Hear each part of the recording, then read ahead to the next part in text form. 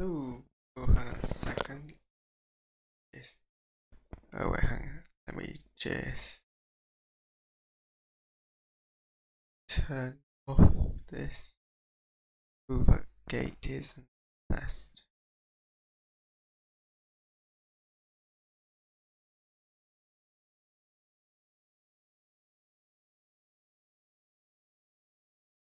Okay, I'm going to remember to make sure I speak quite clearly through this.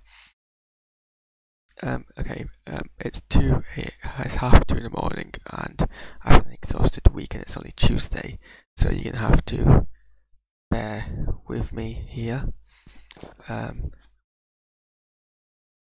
First thing first is that I worked out earlier this week that my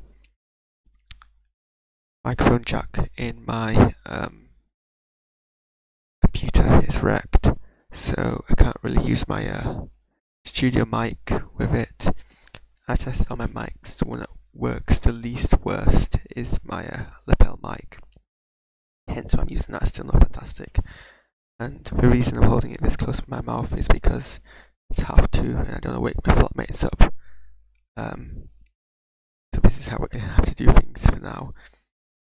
Also slightly worried that my noise gate isn't quite working properly, so hopefully you can hear me. The joys of doing things live. Anyway, quick update on my tech situation. We are going to watch for the first time live the Captain Marvel trailer, the film that's been a lot of buzz around for a while. It's the first film set post Infinity War, first Marvel film with a female lead. Should be interesting. We'll just go straight into it because I'm losing consciousness rapidly. So let's just give it a quick look.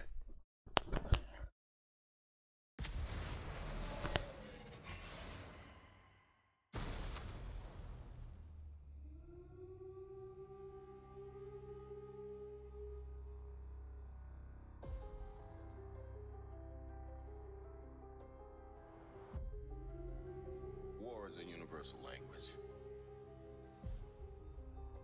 I know a renegade soldier when I see one. Never occurred to me that one might come from above.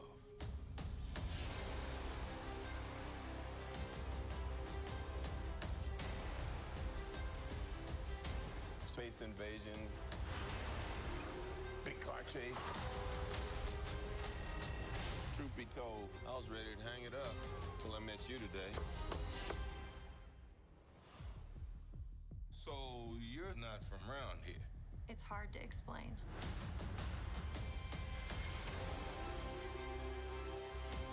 I keep having these memories. I see flashes. I think I had a life here. But I can't tell if it's real.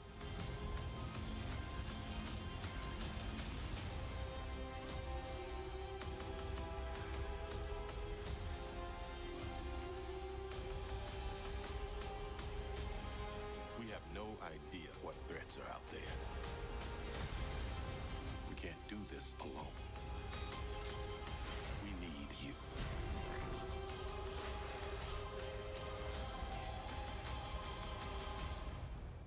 I'm not what you think I am.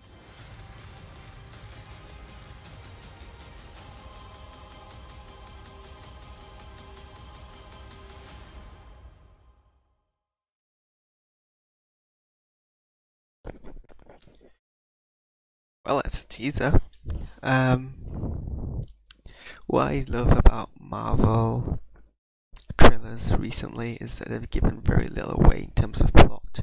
Like, we knew the premise and kind of the mood and end goal of Infinity War, but for most of the promotional material, we didn't really get a good grasp of what the plot would be. So it was, when you were in for the ride of Infinity War, you were in for the ride the entire time.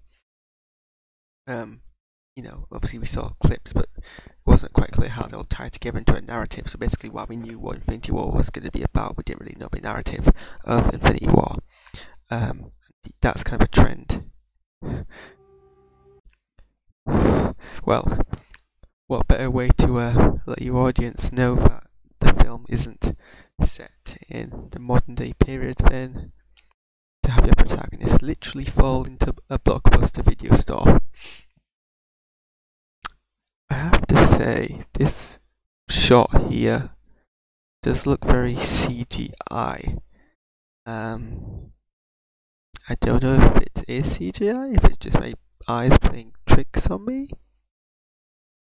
It looks like it.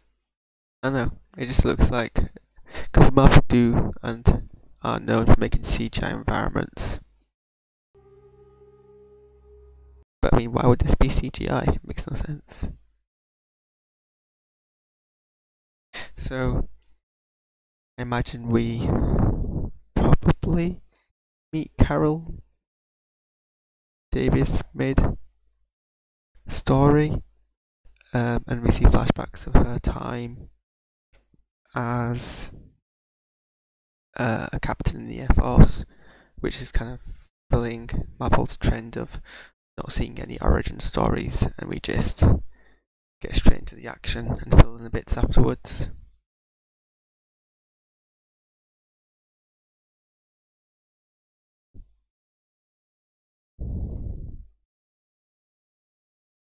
I'm guessing this is kind of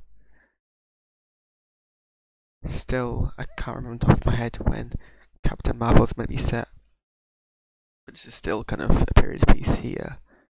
But nothing really dates it clearly for me because I'm not American, so unless something is very 1950s American, it's not really obvious to me when it's meant to be set.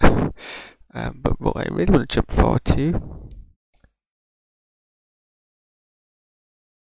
is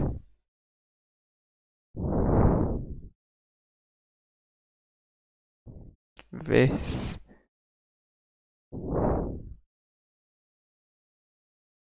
CGI de-aged rather Samuel L. Jackson, who to me looks a bit like plastic Lawrence Fishburne in this shot, but Marvel do have a good trend with their CGI de-aging, and someone who hasn't really watched anything of Samuel L. Jackson's kind of classic movies. I know, I'm terrible. I don't really watch Tarantino films, so I only really know Samuel Jackson outside of Marvel from Star Wars. Again, I know, I'm terrible. So, but to be fair, he did look kind of young in Star Wars. But he also has no hair, so it's kind of throwing me. Yeah, that's what's throwing me, the hair is throwing me. Yeah. I don't know, if I saw that, would I think that's Samuel L. Jackson? Because, I don't know, he has a very smooth face, even in the early 2000s when he was in Star Wars. His face here isn't smooth. But, I mean, at this point it's clear what period the film is maybe set in.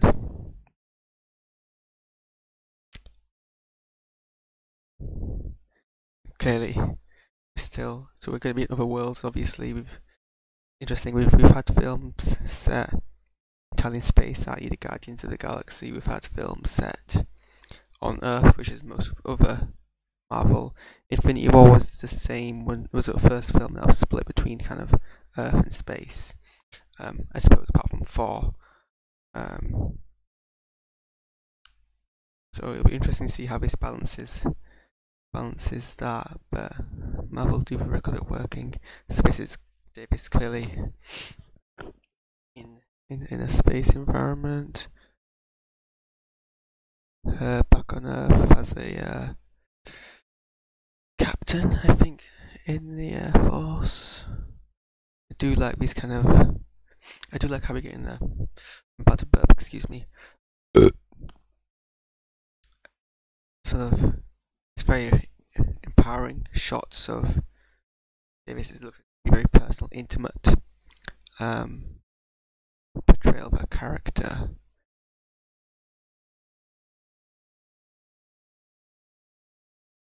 So I imagine this is just after she's been, however, transported to the other world. Because she's still in her uniform. I have to admit, I know vaguely the Marvel character of Marvel mythos, but not extraordinarily. So I couldn't really tell you what's happening here.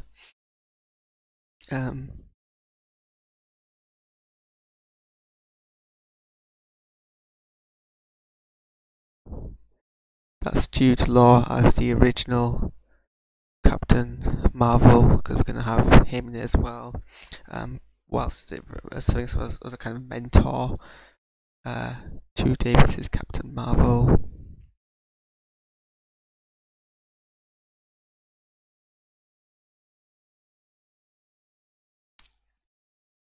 This looks like Davis in a Air Force jet, but in space. The infamous shot that's going on social media moment of Marvel punching an old lady. People have speculated, and probably accurately so, that it's because she's actually secretly a Kree.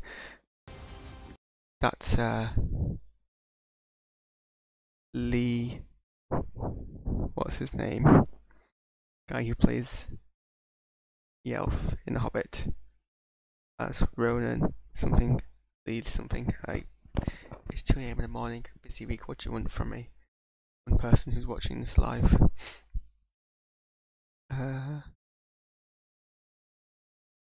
Is that Clark Gregg as a younger Phil Coulson?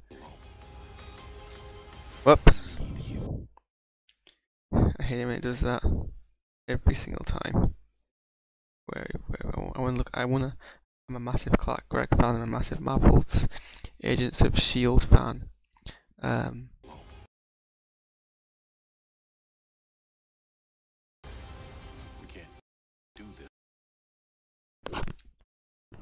That is Clark Gregg. Wow. I wonder if that's how he looks like when he was younger. Because unlike Jackson, Clark Gregg, I don't believe was that prominent. The same sort of age ago. Certainly, I hadn't heard of him until Iron Man.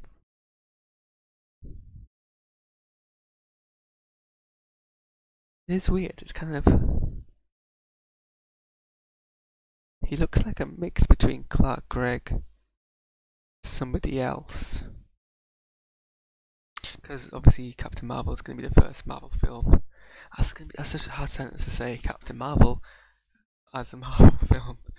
I mean, you can even see in the video at the top, Marvel Studios Captain Marvel. Doesn't roll off the tongue so well.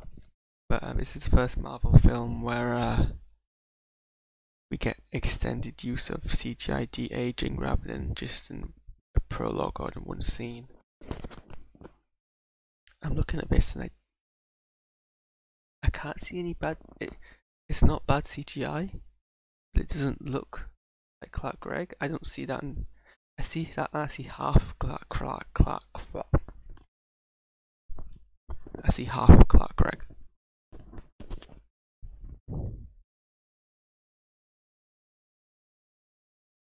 Is that the same page?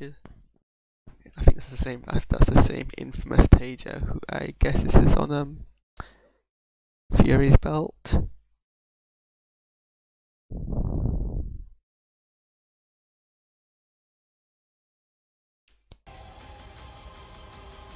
I just love that shot. That editing. That is so powerful. Wow. Then we see Captain Marvel in all her glory. Yeah, it doesn't really. I'm excited. I'm not as excited as when I saw the Infinity War trailer. I don't know if that's just because I'm exhausted and more or less dead inside right now, or because it's still a very early teaser. We don't really have any sort of really know what to expect. It's very much a Captain Marvel is very, for someone who shares the name of the publishing company, very low, both the original and the female version in the roster, I guess. I don't know, someone's probably gonna crucify me for saying that. But I mean, this is the first original character we've seen that's not been already pre-introduced in a while. After Guardians of the Galaxy, wow, I guess the last completely original origin story is Doctor Strange.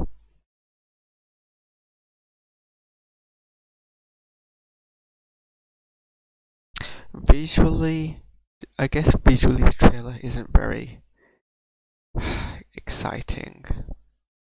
It looks very. It's a mix. It's what's throwing me is this mix between Earth scenes and space scenes.